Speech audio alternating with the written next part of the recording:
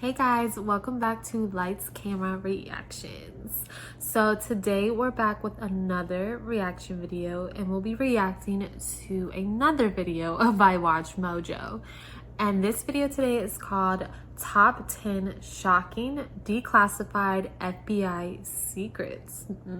Sounds interesting, right?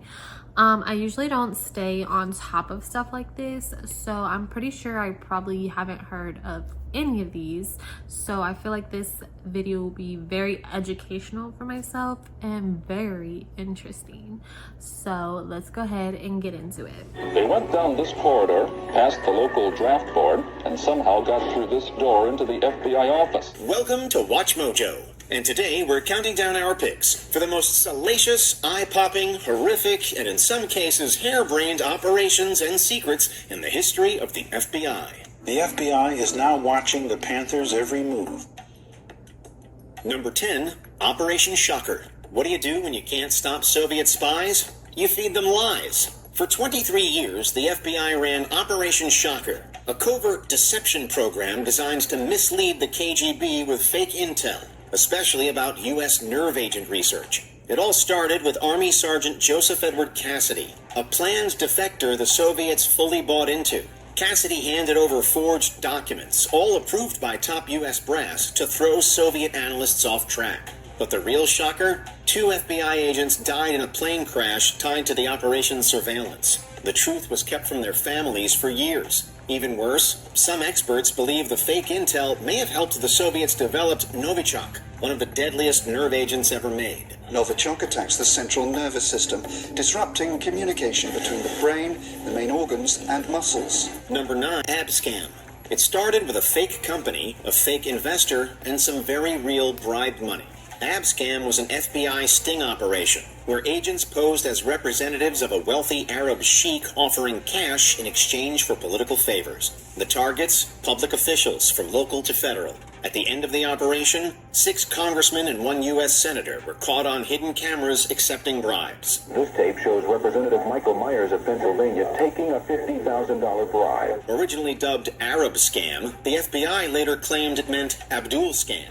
Ultimately, the branding didn't matter. What mattered was that it worked. The footage was damning, the trials swift. The government's need to unmask such conduct more than justified the investigative techniques employed. Every single prosecution ended in conviction. Abscam pulled back the curtain on corruption in high places. Wow. Sometimes the best way to catch a crook is to just let them cook. We put the big honeypot out there and all the flies came to us. Number 8. The 28 That's pretty pages. crazy. For years, they were the stuff of rumor and rage. 28 To be honest, that stuff probably still happens to this day though. Like, I could just imagine how many judges and government officials take bribes and take money or even are blackmailed to let things slide, especially in Hollywood and with these, very rich and wealthy people. They always get away, not always, but a lot of them get away with a lot of crazy stuff, even stuff that we have no idea about. Classified, redacted pages of a 2002 congressional report on 9/11. They were sealed from the public for over a decade, sparking years of questions and speculation. 28 redacted pages, which stick out like a sore thumb. In 2016, the pages were finally declassified. Their contents were damning, if not surprising. The FBI explored possible links between the Saudi government and the 9/11 hijackers. It said the following: while in the U.S., some of the 9/11 hijackers were in contact with and received support from individuals who may be connected to the Saudi government. The FBI uncovered potential financial ties, never disclosing them to the public. Was it a cover-up, or was the government just trying to prevent an international incident? Well, just 5 years later, President Biden declassified another 16-page report linking the hijackers to Saudi nationals in the U.S. To the families, it shows that there was direct government contact between some of the hijackers, which proves their view that the Saudi government was involved. Number 7, Operation Monopoly.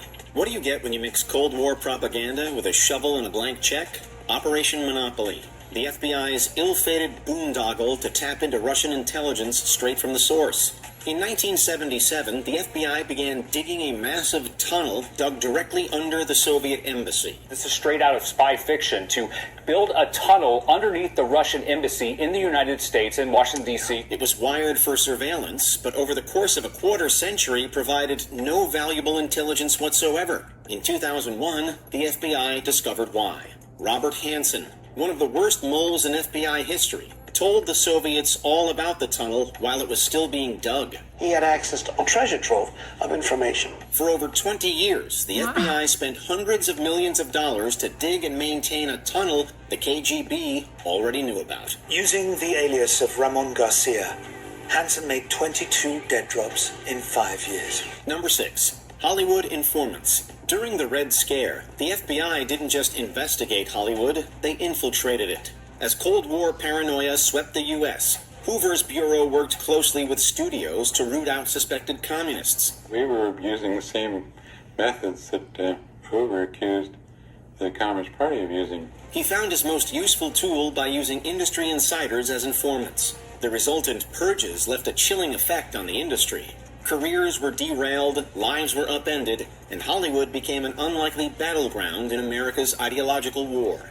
Two of the Bureau's biggest collaborators were Walt Disney and Ronald Reagan. Wow. Disney's motives were calculated and capitalist. He spent decades calling animators communists in order to derail their fight for workers' rights. Reagan's actions were more ideological, if not egregious. As president of the Screen Actors Guild, he reportedly informed on his own members. That small clique has been referred to, has been discussed as more or less following the tactics that we associate with the Communist Party. Number 5.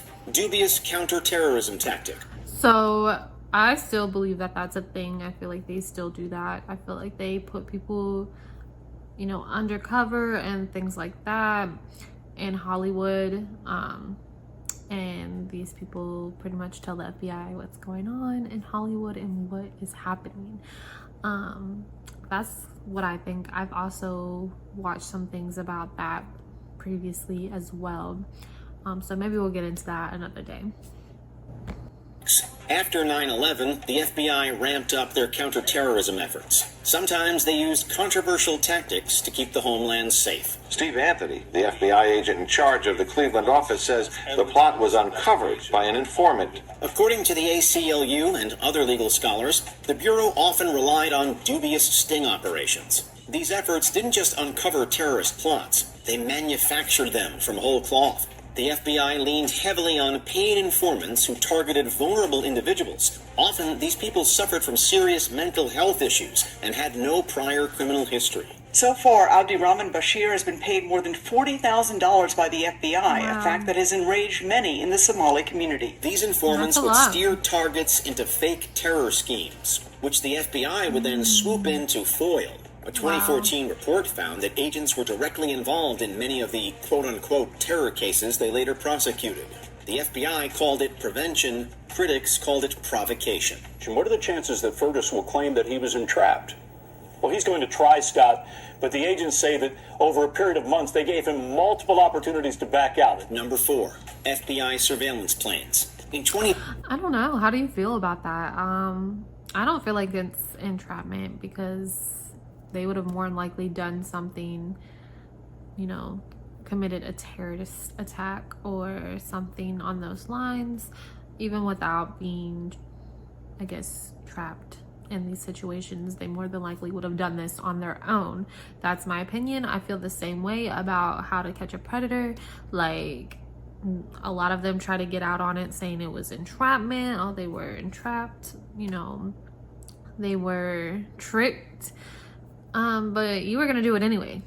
Like, if there was a real child, or if there was a real child in this home or wherever you're going to meet up with the child that you're supposedly meeting, you were gonna do what you were gonna do. Like, so how's that entrapment? Like, I feel like we're preventing you from committing these crimes. We're protecting children.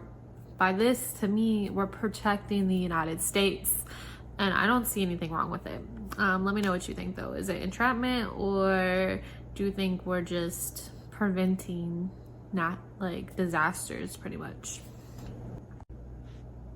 2015, journalists uncovered that the FBI was flying hundreds of low-altitude surveillance flights over American cities. A review by the Associated Press published this week reported that the agency flew above more than 30 cities in 11 states over a 30-day period. They kept these planes off the proverbial radar with a clever trick, registering them to fake companies. The aircraft carried high-resolution cameras and cell site simulators. These stingrays trick phones into connecting by posing as real cell towers, allowing FBI access. The ACLU raised alarms about the program, especially when planes flew over protests in Baltimore and Ferguson. The FBI claimed the flights were tied to specific investigations, but the scope was broad and the oversight minimal. It's a very, very important program to support either criminal investigations or terrorism investigations. In one case, agents logged nearly 430 hours of surveillance on a single suspect. No warrant, no transparency. Critics say the program is Dragnet in disguise, flying low but watching everything. At this point, people have gotten hold of the videos that they actually shoot from those planes, so you can see exactly what they're looking at. Number 3, Operation Washtub. In the early Cold War, the U.S. had a big fear. With Alaska under U.S. control, the Soviets were almost in their backyard. What if they invaded Alaska? So, the FBI and Air Force launched Operation Washtub. Working together, they forged a secret plan to train everyday Alaskans as deep cover spies. They recruited miners, bush pilots, and fishermen, focusing on locals who knew the land and could blend in. If the Soviets ever moved in, these agents would stay behind. As sleeper agents, they could gather intel, reporting back through hidden radios and coded messages. The FBI got out of the program after only a few months, but it continued under the Air Force's guidance until 1959, when Alaska became a state. Number 2, the murder of Fred Hampton. White people need some peace, and we are going to have to fight, we're going to have to struggle, we're going to have to struggle relentlessly. On December 4th, 1969, Fred Hampton, the 21-year-old chairman of the Illinois Black Panther Party, was shot dead in his bed during a police raid. Official reports called it a shootout. The evidence said otherwise. Hampton was drugged by an FBI informant the night before. Police fired nearly 100 rounds, while Panthers inside fired 1. Hampton never left his bed. Based on film, that all the bullets coming into that apartment came from one direction, and that was from the police side. The FBI and Chicago PD coordinated the raid using detailed floor plans and intel supplied by that same informant. A federal investigation later revealed that the Bureau had actively tried to neutralize Hampton's influence. To this day, his murder is seen as one of the most blatant and chilling acts of politically motivated state violence in modern U.S. history. What happened to Fred Hampton made us think that they weren't coming in just to do... Number 1, COINTELPRO. But of all the stolen funds... That's so sad to me. Like, I don't know much about it.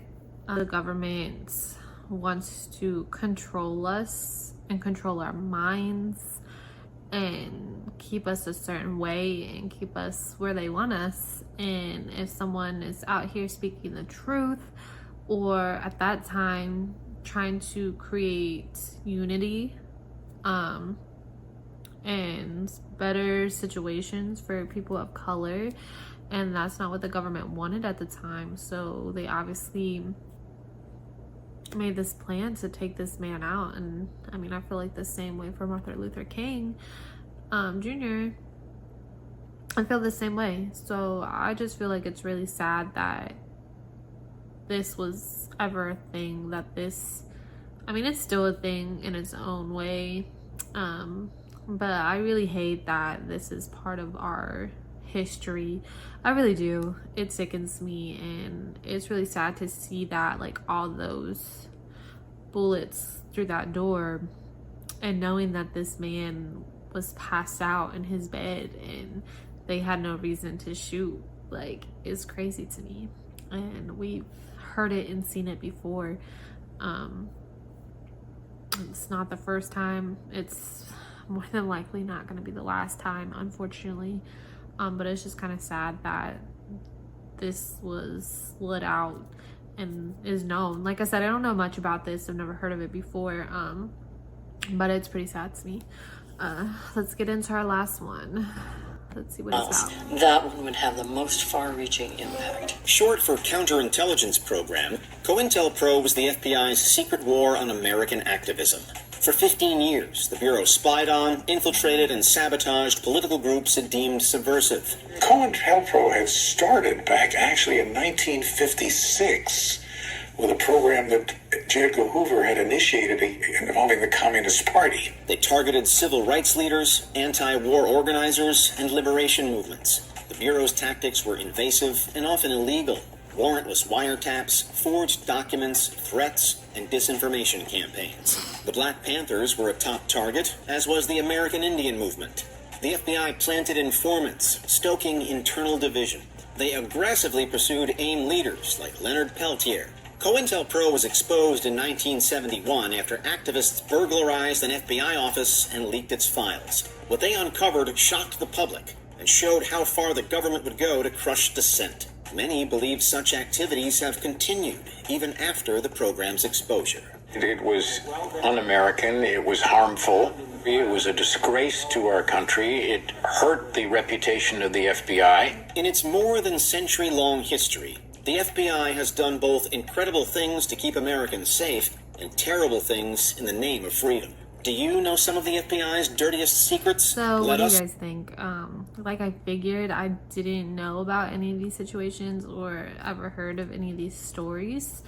I think it's pretty crazy the amount of power that the FBI has. I do understand to an extent because, you know, they also are known for, you know, finding missing people, finding real criminals.